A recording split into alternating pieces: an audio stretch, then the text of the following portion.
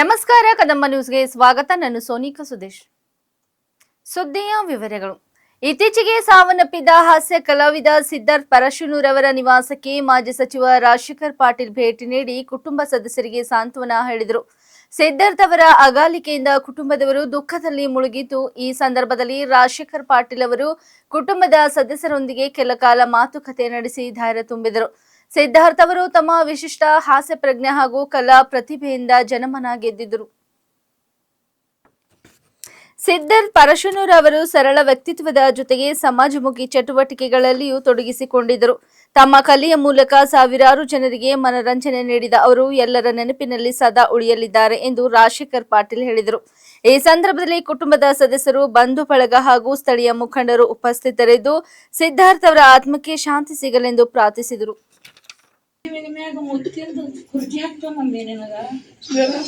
ಅವನಿಗೆ 34-35 ವರ್ಷ ನಮ್ಮ ಅಪ್ಪ ಮಾಡಬೇಕು.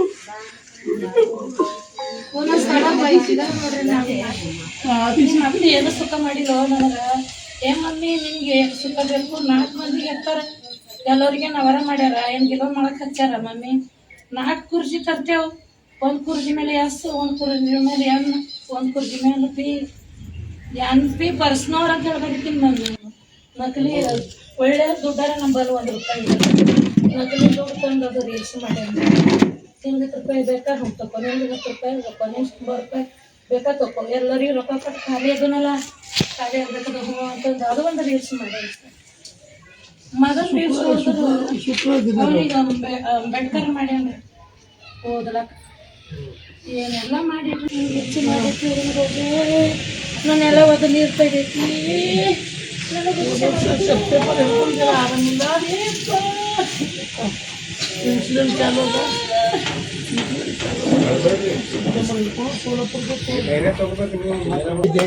ಎಲ್ಲ ಮಾಡ್ತಾನೆ.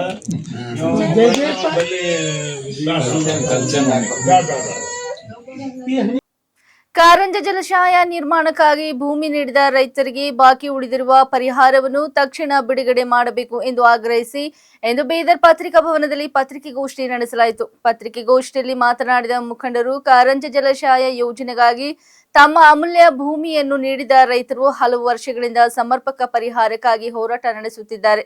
ಸರ್ಕಾರದ ವಿವಿಧ ಹಂತಗಳಲ್ಲಿ ಸಭೆಗಳು ನಡೆದರೂ ಸಮಸ್ಯೆಗೆ ಶಾಶ್ವತ ಪರಿಹಾರ ದೊರಕಿಲ್ಲ ಎಂದು ಅಸಮಾಧಾನ ವ್ಯಕ್ತಪಡಿಸಿದರು. ಡಿಕೆ ಶಿವಕುಮಾರ್ ಅವರು ಜನರ ಸಮಸ್ಯೆಗಳ ಪರಿಹಾರದತ್ತ ಹೆಚ್ಚಿನ ಗಮನ ಹರಿಸಬೇಕು ಎಂದು ಹೇಳಿದರು. ಜಿಲ್ಲಾ ಉಸ್ತುವಾರಿ ಸಚಿವ ಈಶ್ವರ್ ಖಂಡ್ರೆ ಅವರು ಕಾರಂಜ ಸಂತ್ರಸ್ತ ರೈತರ ಸಮಸ್ಯೆಯನ್ನು ಗಂಭೀರವಾಗಿ ಪರಿಗಣಿಸಿ ಸಂಬಂಧಿಸಿದ ಅಧಿಕಾರಿಗಳೊಂದಿಗೆ ಚರ್ಚಿಸಿ ಶೀಘ್ರದಲ್ಲೇ ಪರಿಹಾರ ಒದಗಿಸಬೇಕು ಎಂದು ಒತ್ತಾಯಿಸಿದರು.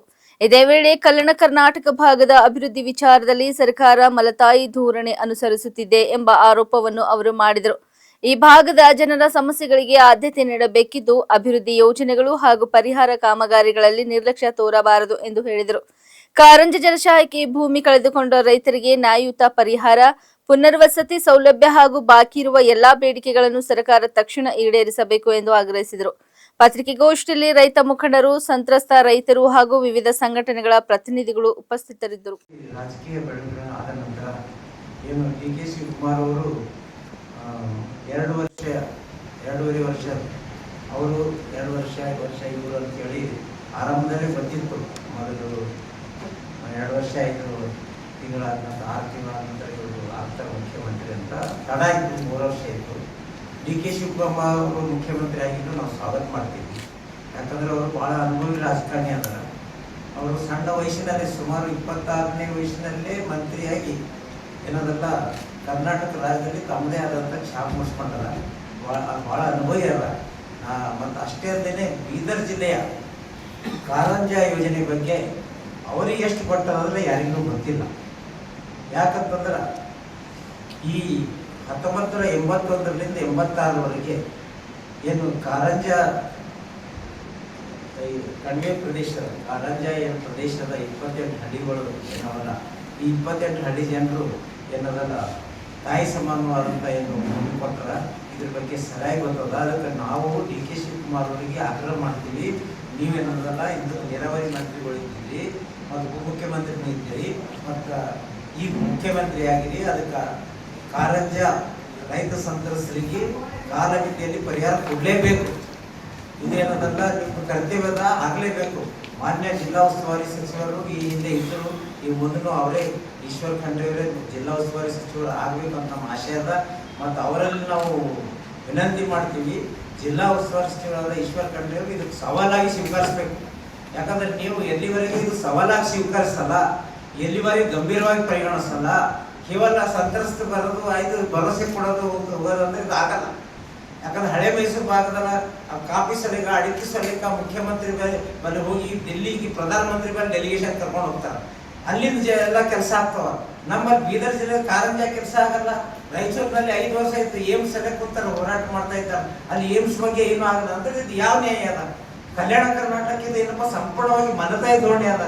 ಕೇವಲ ನಾವು ಭೇಟಿಯಾಗೋದು, ಸಭೆ ನಡೆಸೋದು, ಕಮಿಟಿಗಳು ಮಾಡೋದು, ಇದೆಲ್ಲ ಇದರಲ್ಲಿ ಏನಾಗ್ತದ? ರಾಜಕೀಯ ಇಚ್ಛಾಶಕ್ತಿ ಇದ್ರೆ ಎಲ್ಲ ಆಗ್ತದೆ. ಅದಕ್ಕೆ ಸನ್ಮಾನ್ಯ ಈಶ್ವರ್ ಖಂಡ್ರೆ ಅವ್ರ ಬಗ್ಗೆ ನಮ್ಗೆ ಬಹಳ ಅಪಾರ ಗೌರವ ಅದ. ಅವರೆಲ್ಲ ಭವಿಷ್ಯದಲ್ಲಿ ದೊಡ್ಡ ಸ್ಥಾನಕ್ಕೆ ಹೋಗಲ್ಲ.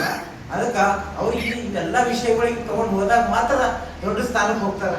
ಸೀಮಿತವಾಗಿ ಏನಪ್ಪಾ ಅಂದ್ರೆ ಸಣ್ಣ ಒಂದು ಸಮಸ್ಯೆ, ಕಾರಂಜ ಎಷ್ಟದದು 22 TMC ನೀರು. ಈಗ ಕೃಷ್ಣಾ ಜಲಾನಯನ ಪ್ರದೇಶ ದೊಡ್ಡ ಯೋಜನೆಗಳು, ಗಂಗಾ ನದಿ ಯೋಜನೆಗಳು ಪರಿಹಾರ ಮಾಡ್ತಾ ಇದ್ದಾರ. ಇದು ಗೋದಾವರಿ ಜಲಾನಯನ ಪ್ರದೇಶದ ನಮ್ಮ ಪಾಲಿಂದ 22 TMCದಲ್ಲಿ ಕಾರಂಜ ಯೋಜನೆಗೆ 7 TMC ನೀರವ. ಆ 7 TMC ನೀರು ಏನು ಜಮೀನು ಕೊಟ್ಟದ ರೈತ ಸಂತ್ರಸ್ತರು, ಅವರಿಗೆ ಏನದ ಸಮರ್ಪಕ ಪರಿಹಾರ ಸಿಕ್ಕಿಲ್ಲ. ಪರಿಹಾರ ಬಗ್ಗೆ ಏನದ ಮೀಟಿಂಗ್ ನೀವು ಮಾಡಿದಿರಿ. ಸನ್ಮಾನ್ಯ DK ಶಿವಕುಮಾರ್ ಅವರು 2029 ನಾವು ಕರೆದ್ರು ಏನಂದ್ರು, ನಿಮ್ಮ ಬೇಡಿಕೆ ನಾವು ಈಡೇರಿಸ್ತೀವಿ, ನನ್ನ ಮೇಲೆ ಭರವಸೆಯಿಂದ ಹೇಳ್ರಿ ಅಂದ್ರು. ನಾವು ಹೇಳ್ತೇವೆ ಅಂದೀವಿ. ನಾವು ಹೆಂಗೆ ಹೇಳ್ಬೇಕಂದಿಲ್ಲ, ನಾನು ಫೈನಾನ್ಸ್ ಮಿನಿಸ್ಟರ್ ಜೊತೆ ಮೀಟಿಂಗ್ ಮಾಡ್ತೀನಿ, ಫೈನಾನ್ಸ್ ಹಣಕಾಸು ಇಲಾಖೆ ಸಮಾಲೋಚನೆ ಮಾಡ್ತೀನಿ, 2 ವಾರ ನಂತರ ನಿಮ್ಮ ಬೇಡಿಕೆ ಈಡೇರಿಸ್ತೀವಿ ಅಂತಂದ್ರು. ನಾವು ನಯವಾಗಿ ಅಂದೀವಿ, ಸರ್ 2 ವಾರ ಮಾತಾಡಾಗ್ತದ, ನೀವು 2 ವಾರದ ನಂತರ ಮೀಟಿಂಗ್ ಮಾಡ್ರಿ, ನೀವೇ ಬಂದು ಎಬ್ಸಲಿ ಹೇಳ್ತೀವಿ ಅಂದೀವಿ. ಅಂದಾಗ ಅವರಂದ್ರೆ ಆಯ್ತು ನಮ್ಮ ಮೀಟಿಂಗ್ ಮಾಡಿದ ಮೇಲೆ ಹೇಳ್ರಿ ಅಂದರು. ಆ ನಂತರ ಏನು ಮಾಡಿಲ್ಲ. ಮುಂದಿನ ದಿನಗಳಲ್ಲಿ ಏನಾಯ್ತು, ಸನ್ಮಾನ್ಯ ಮುಖ್ಯಮಂತ್ರಿ ಸಿದ್ದರಾಮಯ್ಯ ಮೀಟಿಂಗ್ ಕರೆದು ಇದಕ್ಕಾಗಿ ನಮ್ಮ ಈಶ್ವರ ಖಂಡ್ರೆ. ಮಳೆಗಾಲ ಆರಂಭವಾಗಿದ್ದರೂ ಬೀದರ್ ಜಿಲ್ಲೆಯ ಔರತ್ ತಾಲೂಕಿನ ಬೆಳಕುಡಿ ಚೌಧರಿ ಗ್ರಾಮದಲ್ಲಿ ಕಳೆದ 2 ತಿಂಗಳಿನಿಂದ ತೀವ್ರ ಕುಡಿಯುವ ನೀರಿನ ಸಮಸ್ಯೆ ಎದುರಾಗಿದ್ದು, ಗ್ರಾಮಸ್ಥರು ಅದರಲ್ಲೂ ಮಹಿಳೆಯರು ಸಾಕಷ್ಟು ಸಂಕಷ್ಟ ಅನುಭವಿಸುತ್ತಿದ್ದಾರೆ. ಗ್ರಾಮದಲ್ಲಿ ಸಮರ್ಪಕವಾಗಿ ಕುಡಿಯುವ ನೀರು ಪೂರೈಕೆ ಆಗದ ಹಿನ್ನೆಲೆಯಲ್ಲಿ ಮಹಿಳೆಯರು ಪ್ರತಿದಿನ ದೂರದ ಪ್ರದೇಶಗಳಿಗೆ ತೆರಳಿ ನೀರು ತರುವ ಅನಿವಾರ್ಯತೆ ಎದುರಿಸುತ್ತಿದ್ದಾರೆ. ಗ್ರಾಮಕ್ಕೆ ಟ್ಯಾಂಕರ್ ಮೂಲಕ ನೀರು ಪೂರೈಸಲಾಗುತ್ತಿದ್ದರೂ ಅದು ಗ್ರಾಮಸ್ಥರ ಅಗತ್ಯಕ್ಕೆ ಸಾಕಾಗುತ್ತಿಲ್ಲ ಎಂಬ ಆರೋಪ ಕೇಳಿ ಬಂದಿದೆ. ಸ್ಥಳೀಯರ ಪ್ರಕಾರ ಗ್ರಾಮದಲ್ಲಿ ನೀರಿನ ಕೊರತೆ ದಿನದಿಂದ ದಿನಕ್ಕೆ ಹೆಚ್ಚಾಗುತ್ತಿದ್ದು, ಕುಡಿಯಲು ಮತ್ತು ದೈನಂದಿನ ಬಳಕೆಗೆ ಬೇಕಾದಷ್ಟು ನೀರು ದೊರೆಯುತ್ತಿಲ್ಲ. ವಿಶೇಷವಾಗಿ ಮಹಿಳೆಯರು ಮತ್ತು ಮಕ್ಕಳು ನೀರಿಗಾಗಿ ಗಂಟೆಗಟ್ಟಲೆ ಕಾಯುವ ಪರಿಸ್ಥಿತಿ ನಿರ್ಮಾಣವಾಗಿದೆ. ಮಳೆಗಾಲದಲ್ಲಿಯೂ ಇಂತಹ ಸಮಸ್ಯೆ ಎದುರಾಗುವುದು ಗ್ರಾಮಸ್ಥರ ಅಸಮಾಧಾನಕ್ಕೆ ಕಾರಣವಾಗಿದೆ. ಗ್ರಾಮಸ್ಥರು ಸಂಬಂಧಿಸಿದ ಅಧಿಕಾರಿಗಳಿಗೆ ಹಲವು ಬಾರಿ ಸಮಸ್ಯೆ ಕುರಿತು ಮನವಿ ಸಲ್ಲಿಸಿದರೂ ಶಾಶ್ವತ ಪರಿಹಾರ ದೊರಕುತ್ತಿಲ್ಲ ಎಂದು ದೂರಿದ್ದಾರೆ. ತಕ್ಷಣವೇ ಹೆಚ್ಚುವರಿ ಟ್ಯಾಂಕರ್ ವ್ಯವಸ್ಥೆ ಮಾಡಬೇಕು ಹಾಗೂ ಗ್ರಾಮಕ್ಕೆ ನಿರಂತರ ಕುಡಿಯುವ ನೀರು ಪೂರೈಕೆ ಮಾಡಲು ಅಗತ್ಯ ಕ್ರಮ ಕೈಗೊಳ್ಳಬೇಕು ಎಂದು ಆಗ್ರಹಿಸಿದ್ದಾರೆ. ಈ ಹಿನ್ನೆಲೆಯಲ್ಲಿ ಗ್ರಾಮಸ್ಥರು ಹಾಗೂ ಮಹಿಳೆಯರು ಗ್ರಾಮೀಣ ಅಭಿವೃದ್ಧಿ ಮತ್ತು ಪಂಚಾಯತ್ ರಾಜ್ ಸಚಿವ ಈಶ್ವರ್ ಖಂಡ್ರೆ ಅವರಿಗೆ ಮನವಿ ಸಲ್ಲಿಸಲು ನಿರ್ಧರಿಸಿದ್ದಾರೆ. ಗ್ರಾಮದಲ್ಲಿನ ಕುಡಿಯುವ ನೀರಿನ ಸಮಸ್ಯೆಯನ್ನು ಗಂಭೀರವಾಗಿ ಪರಿಗಣಿಸಿ ಶೀಘ್ರ ಪರಿಹಾರ ಕಲ್ಪಿಸಬೇಕು ಎಂದು ಅವರು ಒತ್ತಾಯಿಸಿದ್ದಾರೆ.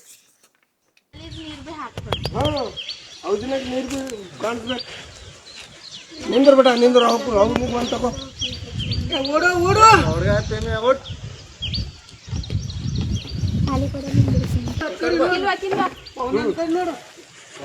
ಎಲ್ಲಾರು ಹೊಂಟ ದೋಸ್ತ್ಯಾ ಎಲ್ಲರೂ ಬರ್ಬೇಕು. ಇಷ್ಟೆಲ್ಲ ಕೊಡ. ಬೀದರ್ ಜಿಲ್ಲೆಯ ಔರತ್ ತಾಲೂಕಿನ ಬೆಳಕುಣಿ ಚೌಧರಿ ಗ್ರಾಮದ ನಿವಾಸಿ ಮಾತಾಡುತ್ತಿದ್ದೇನೆ. ಈ ಊರಿನಲ್ಲಿ ನೀರಿನ ಸಮಸ್ಯೆ ತುಂಬಾ ಉಂಟಾಗಿದೆ. ಇಲ್ಲಿ ನೀರು 8 ದಿವಸ ಬರ್ತವೆ ಮತ್ತು ಸ್ಕೂಲಿಗೆ ಹೋಗೋ ಮಕ್ಕಳಿಗೆ ತುಂಬಾ ತೊಂದರೆ ಆಗ್ತಾ ಇದೆ. ನೀರು ಯಾವಾಗ್ಲೂ ಬರುವುದೇನೆ ಇಲ್ಲ, ವಾಟರ್ ಮ್ಯಾನ್ ನೀರು ಬಿಡ್ತಾನೆ ಇಲ್ಲ. ಹಾಗಾಗಿ ಇಲ್ಲಿ ನೀರಿನ ಸಮಸ್ಯೆ ತುಂಬಾ ಉಂಟಾಗಿದೆ. ಸಂಬಂಧಪಟ್ಟ ಅಧಿಕಾರಿಗಳು ಬಂದು ಭೇಟಿ ನೀಡಬೇಕೆಂದು ವಿನಂತಿಸಬಹುದು. ಬಿಜೆಪಿಯಲ್ಲಿ ದಲಿತರು ಆರ್ಎಸ್ಎಸ್ಗೆ ಗುಲಾಮರು. ದಲಿತರು ಯಾಕೆ ಆರ್ಎಸ್ಎಸ್ ಬಗ್ಗೆ ಪ್ರಶ್ನೆ ಮಾಡಬಾರದು? ದಲಿತರು ಈ ಸಮಾಜದ ಸಂವಿಧಾನದ ಭಾಗವಲ್ಲವೇ ಎಂದು ಗೃಹ ಸಚಿವ ಪ್ರಿಯಾಂಕ್ ಖರ್ಗೆ ಪ್ರಶ್ನಿಸಿದರು. ಬೆಂಗಳೂರಿನಲ್ಲಿಂದು ಬಿಜೆಪಿ ಸಂಸದ ರಮೇಶ್ ಜಿಗಣಜಿಣಗಿ ಹೇಳಿಕೆಗೆ ಆಕ್ರೋಶದಿಂದ ಪ್ರತಿಕ್ರಿಯಿಸಿ, ನಾನು ಯಾವುದನ್ನು ಪ್ರಶ್ನೆ ಮಾಡಬೇಕು, ಪ್ರಶ್ನೆ ಮಾಡಬಾರದು ಎಂದು ಹೇಳುವುದಕ್ಕೆ ಅವರು ಯಾರು? ನನಗೆ ವೈಯಕ್ತಿಕ ಅಧಿಕಾರವಿದೆ. ಕರ್ನಾಟಕದ ಗೃಹ ಸಚಿವರಾಗಿ ನಾನು ಏನು ಕೇಳುತ್ತಿದ್ದೇನೆ ಎಂಬುದು ನನಗೆ ಸ್ಪಷ್ಟವಾಗಿದೆ ಎಂದರು. ಇಷ್ಟು ದೊಡ್ಡ ಸಂಘಟನೆ ಕರ್ನಾಟಕದಲ್ಲಿ ಕಾರ್ಯನಿರ್ವಹಿಸುತ್ತದೆ ಎಂದ ಮೇಲೆ ಅದರ ಕಾರ್ಯಚಟುವಟಿಕೆಗಳ ಬಗ್ಗೆ ಸರ್ಕಾರಕ್ಕೆ ವಿವರ ನೀಡಬೇಕಾದದ್ದು ಅಗತ್ಯ. ನಾನು ಯಾರಿಗೂ ಕ್ಯಾರೆ ಮಾಡಲ್ಲ. ನಾನು ದಲಿತನಾಗಲಿ ಏನೇ ಆಗಲಿ ಮೋಹನ್ ಭಗವತ್ ಅವರಷ್ಟೇ ಅಧಿಕಾರ ಹೊಂದಿದ್ದೇನೆ ಎಂದರು. ಗೃಹ ಸಚಿವನಾಗಿ ನಾನು ಮೋಹನ್ ಭಗವತ್ ಅವರನ್ನು ಪ್ರಶ್ನೆ ಮಾಡಿದ್ದೇನೆ. ಅವರು ನನಗೆ ಉತ್ತರ ಕೊಡಲಿ. ಬೇರೆಯವರು ಏಕೆ ಮಾತನಾಡಬೇಕು? ಅದು ಬಿಟ್ಟು ಸಂಪಾದಕತ್ವ ಬರೆಯುವುದು, ಸೋಷಿಯಲ್ ಮೀಡಿಯಾದಲ್ಲಿ ಹೇಳುವುದು ಏಕೆ? ಅಧಿಕೃತವಾಗಿ ಲೆಟರ್ ಹೆಡ್ನಲ್ಲಿ ಉತ್ತರ ಕೊಡಲಿ ಎಂದರು. See, the Dalits in BJP are subservient to the RSS. It is very clear, the language, the way he says, Dalits should not question RSS. Why? Dalits are not part of the society. Dalits are not part of the constitution. And who is anybody to tell me what to question or not to question? As an individual, I have my rights. And as the Home Minister of Karnataka, I am very careful in what I am saying. अगर आप इतना बड़ा संगठन मेरे राज्य में चला रहे हो तो आपको रजिस्ट्रेशन करना पड़ेगा, या तो आके बोलना पड़ेगा कि किस कानून के तहत आप ये सारे काम कर रहे हैं. Why is and I don't care about what Mr. Ramesh Jignani or anybody else has to say about it. I am duty bound, I am constitutionally bound. Whether I am a Dalit or anybody else, I have equal rights as much as Mr. Mohan Bhagwat has. Well, sir, your letter has initiated a debate across the country. Now the senior advocates like Mahesh Jethmalani, our own leader... Arey, why are advocates talking? Are they mouthpieces of RSS? Are they mouthpieces of RSS? I have asked a very clear question to an organization as a Home Minister. They better come and answer to me. You want to send them? Let them come. Designate them. No, what is this nonsense of writing editorials, writing on Twitter, giving your opinion there, here? Doesn't matter to me. I have written to an organization. Let the organization depute anybody. I am not saying you depute X, Y, Z. You depute APC also, have no problem. But आके officially क्या है? उत्तर दीजिए. आपके letterhead पे उत्तर दीजिए. letterhead है उनके पास. Your organization has a letterhead, no? Registered है ना आपका? आपके ऑर्गेनाइजेशन से 10 गुना है वो, उनके पास लेटरहेड नहीं है. So let them come, talk to us, tell us, no sir, this is how we are doing things, this is the constitutional provision in this. Please don't let loose your slaves to discuss with me. I'm not going to discuss this with any lawyer. I'm not going to discuss this with any BJP. I'm not going to answer anybody. They are answerable to me. Congress ನಾಯಕ ರಾಹುಲ್ ಗಾಂಧಿಯವರ 56ನೇ ಜನ್ಮದಿನದ ಅಂಗವಾಗಿ ಭಾರತೀಯ ಯುವ ಕಾಂಗ್ರೆಸ್ ಕಾರ್ಯಕರ್ತರು ಪ್ರಧಾನಿ ನರೇಂದ್ರ ಮೋದಿಯವರ ಸುಕ್ಷೇತ್ರ ವಾರಾಣಸಿಯ ಗಂಗಾ ನದಿ ತೀರದಲ್ಲಿ ವಿಶಿಷ್ಟ ರೀತಿಯಲ್ಲಿ ಸಂಭ್ರಮಾಚರಣೆ ನಡೆಸಿದರು. ಒಂದು ಕೈಯಲ್ಲಿ ಸಂವಿಧಾನ ಮತ್ತು ಮತ್ತೊಂದು ಕೈಯಲ್ಲಿ ಕೊಡಲಿಯನ್ನು ಹಿಡಿದಿರುವ ಪರಶುರಾಮನ ರೀತಿಯಲ್ಲಿ ರಾಹುಲ್ ಗಾಂಧಿಯ ಭಾವಚಿತ್ರ ರೂಪಿಸು, ಮೀಸಲಾತಿ ನೀತಿಗಳ ಮೂಲಕದ ರಾಜ್ಯದಲ್ಲಿನ ಮೇಲ್ಜಾತಿಯ ಕ್ಷೇತ್ರೀಯರ ಪ್ರಭಾವವನ್ನು ಕಡಿಮೆ ಮಾಡಲು ಸಮರ್ಪಿತರಾಗಿರುವಂತೆ ಚಿತ್ರಿಸಿರುವುದು ಕಂಡುಬಂತು. ವೇದ ಮಂತ್ರಗಳೊಂದಿಗೆ ರಾಹುಲ್ ಗಾಂಧಿಯವರ ಭಾವಚಿತ್ರಕ್ಕೆ ಹಾಲಿನ ಅಭಿಷೇಕ ಮಾಡುವ ಮೂಲಕ ತಮ್ಮ ನೆಚ್ಚಿನ ನಾಯಕನಿಗೆ ಗೌರವ ಮತ್ತು ಬೆಂಬಲ ಸೂಚಿಸಿದರು. ಈ ಕಾರ್ಯಕ್ರಮದಲ್ಲಿ ಪಕ್ಷದ ಕಾರ್ಯಕರ್ತರು ಗಂಗಾ ನದಿಯ ಘಾಟ್ಗಳಲ್ಲಿ ಸೇರಿ ರಾಹುಲ್ ಗಾಂಧಿಯವರಿಗೆ ಶುಭಾಶಯಗಳನ್ನು ಸಲ್ಲಿಸಿದರು. ಲೋಕಸಭೆಯ ಪ್ರತಿಪಕ್ಷ ನಾಯಕರಾಗಿರುವ ರಾಹುಲ್ ಗಾಂಧಿಯವರ ಮೇಲಿನ ಗೌರವದ ಸಂಕೇತವಾಗಿ ಈ ಆಚರಣೆ ಆಯೋಜಿಸಲಾಗಿತ್ತು. ದೇಶದಾದ್ಯಂತ ಕಾಂಗ್ರೆಸ್ ಕಾರ್ಯಕರ್ತರು ರಾಹುಲ್ ಗಾಂಧಿಯವರ ಜನ್ಮದಿನದ ಅಂಗವಾಗಿ ಉದ್ಯೋಗ ಮೇಳಗಳು, ಸಮಾಜ ಸೇವಾ ಚಟುವಟಿಕೆಗಳು ಹಾಗೂ ಸಾರ್ವಜನಿಕ ಸಂಪರ್ಕ ಕಾರ್ಯಕ್ರಮಗಳನ್ನು ಆಯೋಜಿಸುತ್ತಿದ್ದು, ವಾರಾಣಸಿಯ ಕಾರ್ಯಕ್ರಮವು ಅದರ ಒಂದು ಭಾಗವಾಗಿತ್ತು.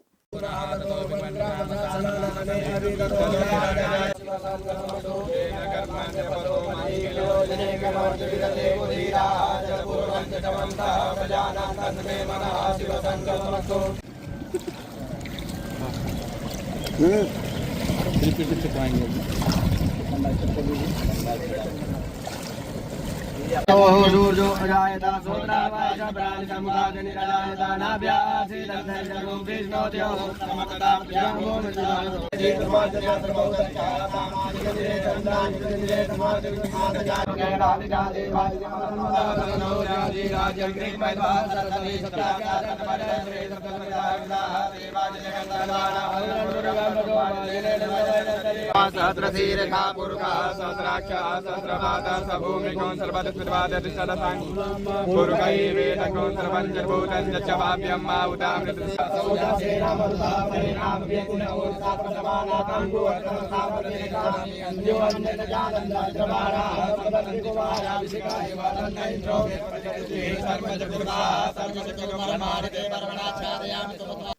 ಇಲ್ಲಿವರೆಗೆ ಸುದ್ದಿ ಕೊಟ್ಟಿದ್ದು ನಾನು ಸೋನಿಕಾ ಸುದೇಶ್. ಮುಂದಿನ ಸುದ್ದಿಯೊಂದಿಗೆ ಮತ್ತೆ ಭೇಟಿಯಾಗೋಣ. ವಂದನೆಗಳು.